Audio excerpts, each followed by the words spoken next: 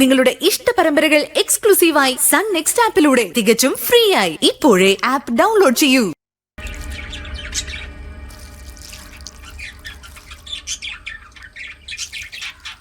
എല്ലാവർക്കും ഓരോരോ രഹസ്യങ്ങളുണ്ട് അല്ലേ മനോഹരേട്ട?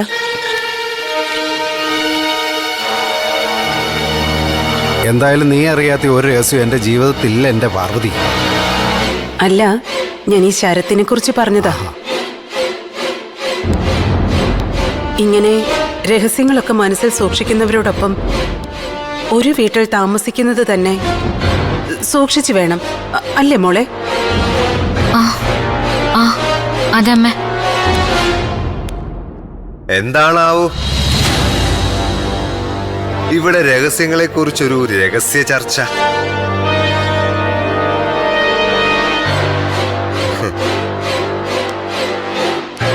ഓ, ശരത്തമോന്റെ ഒരു ചെവിയേ അങ്ങ് ദൂരെ നിന്നാ പിടിച്ചെടുത്ത് കളഞ്ഞല്ലോ. എത്ര ദൂരെ എന്നാലും എന്നെ പറ്റി പറയുന്നത് ഞാൻ പിടിച്ചെടുക്കും. അതാ ശരത്ത്. ആ, നിന്നെ പറ്റി തന്നെയാ പറഞ്ഞത്. ഇടയ്ക്കുള്ള നിന്റെ രഹസ്യ യാത്രകളെ പറ്റി. ശരത്ത്, രഹസ്യങ്ങളുടെ വലിയ കലവറയോ നിലവറയോ കൂടാരോ ഒക്കെയാന്ന് ഞങ്ങൾക്കറിയാം. പക്ഷേ അടിവില്ലി പെട്ടുകിടക്കുന്ന എലിയെ പോലെ ആയിപ്പോയി ഇപ്പോഴത്തെ എൻ്റെ അവസ്ഥ. അതുകൊണ്ടാണ് ഞാനൊന്നും മിണ്ടാത്തത്. മിണ്ടുന്നില്ലെന്ന് ആരാ പറഞ്ഞേ? അച്ഛൻ പറയാനുള്ള എല്ലാം ക്ലീൻ ആയിട്ട് പറയുന്നുണ്ട്. പിന്നെ ഞാൻ രഹസ്യങ്ങളുടെ കൂടാരോ ഒക്കെ ആയെങ്കിലേ എന്നെ ഇങ്ങനെയാക്കാൻ പ്രധാന പങ്ക് വഹിച്ച ആള് ഈ വീട്ടിൽ തന്നെ ഉണ്ട്.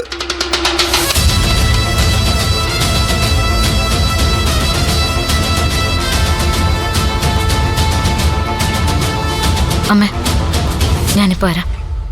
അല്ല, ദേവിയേട്ടത്തി പോവാന്നു? 4 പേര് ഒന്നിച്ച് ഇന്ന് വർത്താനം പറയുന്നിടത്ത് ഒരാളങ്ങനെ പെട്ടെന്ന് സ്കിപ്പാവുന്നത് അത്ര നല്ലതല്ല. എനിക്ക് നിന്നോടൊന്നും പറയാനുമില്ല. നീ പറയുന്നൊന്നും കേൾക്കാൻ താല്പര്യവും ഇല്ല.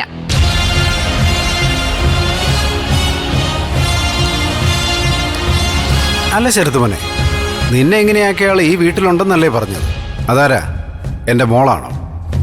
ആ, മോളാണോ മരുമോളാണോ എന്നൊക്കെ വഴിയേ അറിയാം. അച്ഛനെ അതിബുദ്ധിമാനാന്നൊരു തോന്നലുണ്ട്.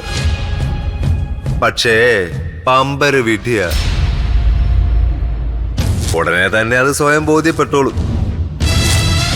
അപ്പൊ മനസ്സിലാവും കഥയിലെ യഥാർത്ഥ നായകൻ ആരാണെന്നും വില്ലൻ ആരാണെന്നും.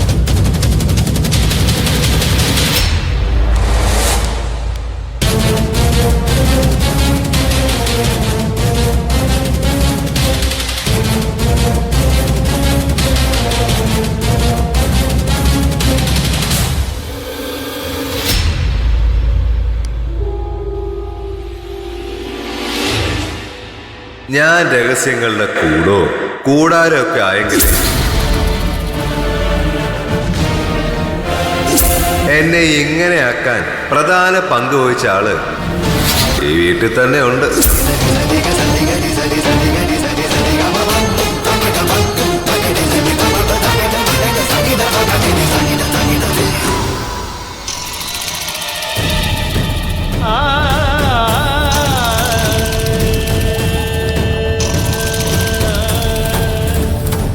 അല്ല, മോളിത് ഏത് ലോകത്താ?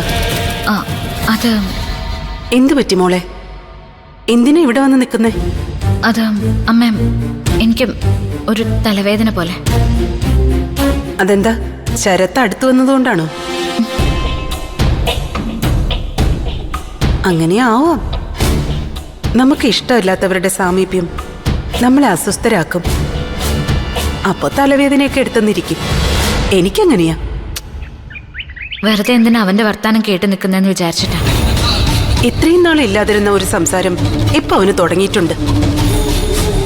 ഞാനും അതേപ്പറ്റി തന്നെ ആലോചിച്ചോണ്ടിരുന്നെ. എന്താ അമ്മേ? അല്ല, ഇത്രയും നാള് ഞാൻ കരുതിയിരുന്നത് നമുക്കുള്ള ഈ പൊട്ടുപൊടി സ്വത്തും സമ്പാദ്യമൊക്കെ കണ്ടിട്ട നിത്യമോളോട് സ്നേഹം കാണിച്ച് അവനിവിടെ പറ്റിപ്പിടിച്ച് നിൽക്കുന്നേന്ന്. പക്ഷേ ഇപ്പൊ അതല്ല കാര്യമെന്ന് എനിക്ക് തോന്നുന്നു.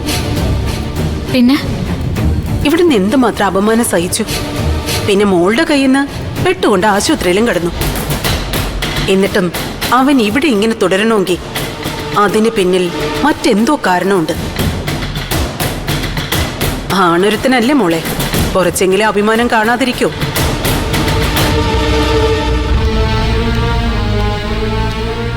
ആത്മാഭിമാനത്തിന് മുകളിൽ അവൻ ഉള്ളിൽ ഒളിപ്പിച്ചിരിക്കുന്ന എന്തോ ഒന്നുണ്ട്. ആ ഒരു കാര്യത്തിന് വേണ്ടിയാ അവൻ ഇവിടെ നിൽക്കുന്നത്. ഞാൻ കഴിഞ്ഞ ദിവസം മോളോട് പറഞ്ഞതുപോലെ പാർവതി ഒരു പൊട്ടിയാണെങ്കിലും ഒരുപാട് ചിന്തിക്കുമ്പോ എനിക്കൊരു ഉത്തരം കിട്ടും. ആ, എന്തെങ്കിലും ആവട്ടെ. എന്തായാലും ഇത്രയൊക്കെ അനുഭവിച്ചു. ഇനി വരുന്നത് വരുന്നിടത്ത് വെച്ച് കാണാം, അല്ലേ മോളെ? ആ, ഏത് രഹസ്യവും ഒരിക്കൽ പരസ്യമാവും, അത്രേ ഉള്ളൂ. മോക്ക് തലവേദന എന്നല്ലേ പറഞ്ഞേ?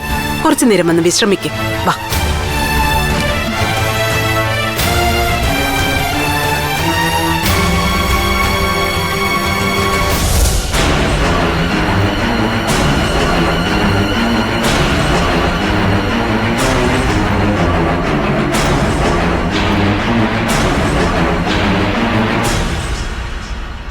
എന്തായിരിക്കും സത്യേട്ടാ ശരത്ത് മനസ്സിൽ ഒളിപ്പിച്ചു വെച്ചിരിക്കുന്നത്? ശരിക്കും ആരാവൻ? സമയാകുമ്പോ ഞാൻ തന്നെ പറഞ്ഞു തന്നാ മതിയോ ദേവികെ ഞാൻ ആരാണെന്ന്?